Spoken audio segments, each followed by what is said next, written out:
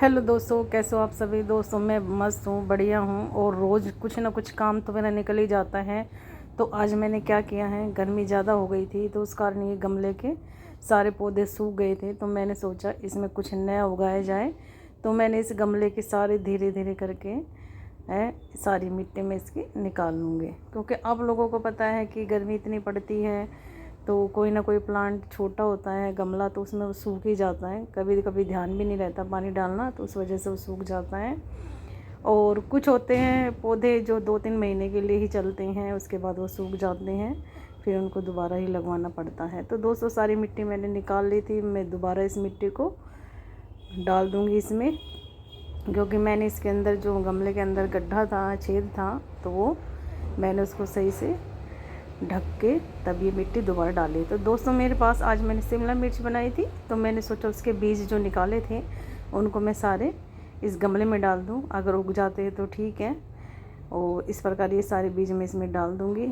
और 2 अरबी बची हुई थी मेरे पास, आपको बता दूं, ये देखिए 2 अरबी बच गई थी। और इसको मैं इसमें दबा दूँगी। देखते हैं हम ये कितने दिनों में उग के तैयार होते हैं। और इस प्रकार दोस्तों मैं घर में कुछ ना कुछ करती रहती हूँ अपने पेड़ पौधों को। जैसे अब मेरे गमले हैं, ये गर्मी की वजह से देखो प्लांट कितने सूख गए हैं, और नहीं तो काफ़ी हरे भरे रहते हैं। और इसमें थोड़ा थोड़ा डाल देंगे पानी, ये टैप का पानी है। और इसके बाद इन गमलों को मैं वहाँ रखूँगी जहाँ पे 2 से 3 घंटे की धूप आती है, जिससे ये पेड़ पौधे अगर ग्रो करना चाहेंगे तो ये ग्रो हो सकते हैं। क्योंकि मिर्च मेरे ऊपर छत पे लगाई मैंने, काफ़ी हो चुकी हैं। तो चलो दोस्तों इनको रखते हैं बालकोनी में। तो आइए मेरे साथ बालकोनी में, इनको मैं बालकोनी में रखने जा रही हूँ। बालकनी में रखने के बाद मैं दिखाते हैं आपको। ये देखिए मैंने यहाँ पे 1 से 2-3 घंटे की धूप आती है, जिससे पेड़ पौधे देखो सारे गर्मी में कैसे हो गए हैं। और ये देखें सारे पौधे ख़राब हो गए हैं। और अब मेरा हो गया है घर का काम करने का समय। और देखो जी ये मंडे का दिन है, और मंडे को देखो मैं साफ़ सफाई कर रही हूँ, क्योंकि हाथ तो मेरा पहुँच नहीं पा रहा। लेकिन मैं झाड़ू की मदद से वैसे थोड़ी बहुत जो डस्ट थी वो पंखे की मैंने झाड़ दी हैं। और अब करेंगे अलमारी के ऊपर से सफाई। और आज मैं एक रूम की ही सफाई करूँगी। जो डीप क्लीनिंग होती है वही आज मैं एक ही रूम की करूँगी दोस्तों, क्योंकि एक साथ में 2-3 कमरे या किचन वगैरह की नहीं हो पाती। तो धीरे धीरे करके ये सारा काम मैं कर लूँगी।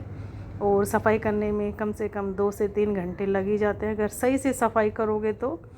अब ये देखिए कितना हो गया था इस पर डस्ट। अगर रूम बंद भी रहता है, कम खोलते हैं हम बालकनी का दरवाज़ा, लेकिन फिर भी डस्ट इतना आ जाता है बहुत ज़्यादा। तो इस वजह से हफ्ते में 2 या 3 बार ऐसे सफाई करनी होती है। और इसके बाद अलमारी में भी बहुत ज़्यादा सामान भरा हो, उसको भी साफ़ करना होता है। तो ये देखिए, और मैं बहुत बड़ी गलती करी, क्योंकि मैंने मास्क वगैरह कुछ नहीं लगाया हुआ है, वो लगाना बेहद ज़्यादा ज़रूरी था। और इनको अच्छे से कर देंगे हम सेट दोस्तों।